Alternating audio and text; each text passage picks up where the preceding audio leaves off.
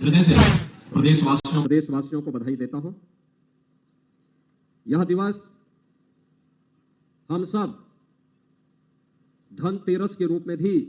मनाते आए हैं। आपस में एक दूसरे के साथ समन्वय और कितना अच्छा संजोग है कि धन्वंतरी जयंती आयुर्वेद के जनक माने जाते हैं,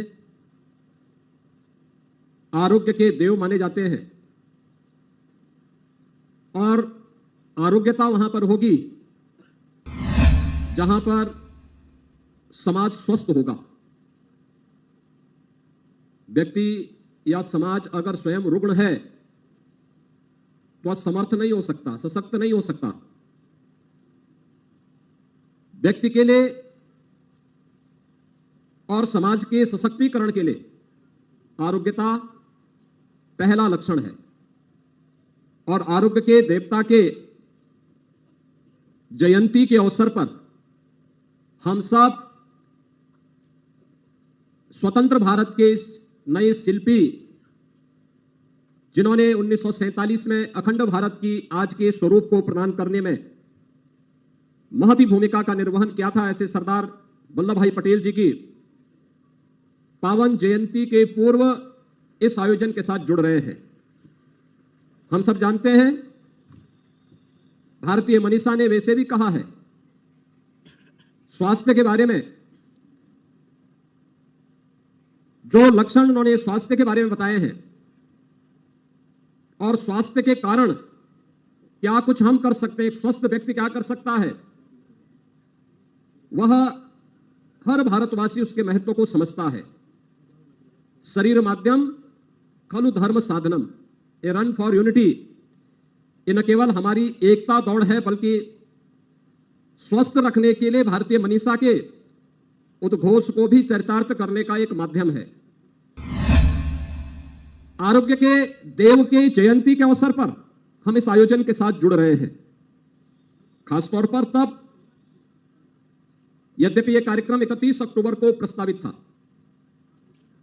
लेकिन दीपावली के आयोजन के साथ पूरे समाज के जुड़ने के कारण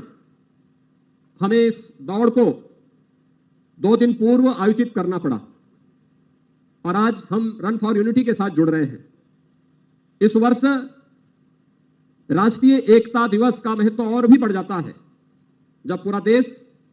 लौह पुरुष सरदार वल्लभ भाई पटेल की 150वीं जयंती के कार्यक्रम में प्रवेश कर रहा है। 31 अक्टूबर 2024 से 31 अक्टूबर 2025 तक वर्ष भर लौह पुरुष के 150वें जन्म दिवस के कार्यक्रम पूरे देश के अंदर भी, पूरे प्रदेश के अंदर भी अलग अलग रूप में आयोजित होंगे। वे वर्तमान भारत के शिल्पी हैं। अखंड भारत के शिल्पी के रूप में पूरा देश लौह पुरुष सरदार वल्लभ भाई पटेल जी का स्मरण करता है, उनके प्रति श्रद्धा का भाव रखता है। वे देश के स्वाधीनता संग्राम सेनानी थे, प्रखर सेनानी थे, आजादी के आंदोलन के साथ जुड़े हुए थे और जब 1947 में भारत स्वतंत्र हुआ तो स्वतंत्र भारत में जो ब्रिटिश सत्ता भारत को अलग अलग भागों में बांटना चाहती थी, उस षड्यंत्र को बेनकाब करने और देश के अंदर तमाम उन 563 से अधिक रियासतों को, जिनमें बहुत सारी रियासतें ऐसी थी जो भारत गणराज्य में मिलने को उस समय तैयार नहीं थी, लेकिन अपनी सूझबूझ से,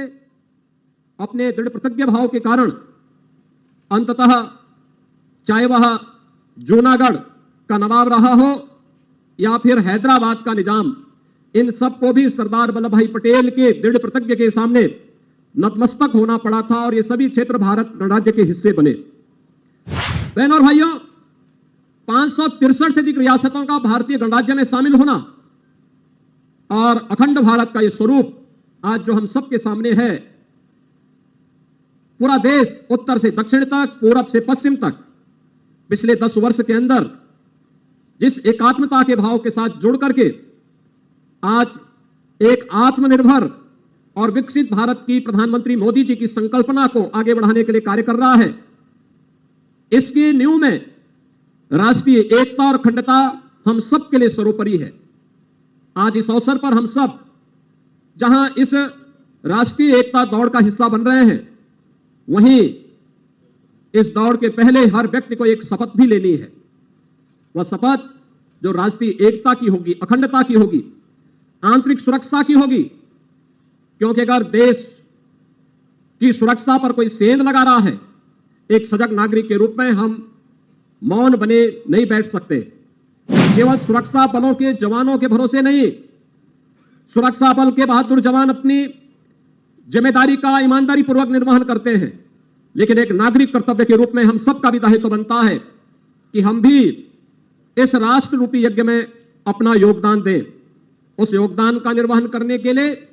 आज हम सब इस कार्यक्रम का हिस्सा बन रहे हैं। मैं आज के इस अवसर पर पूरे प्रदेशवासियों को धन्वंतरि जयंती और धनतेरस की हृदय से बधाई देता हूं। लौह पुरुष सरदार वल्लभ भाई पटेल की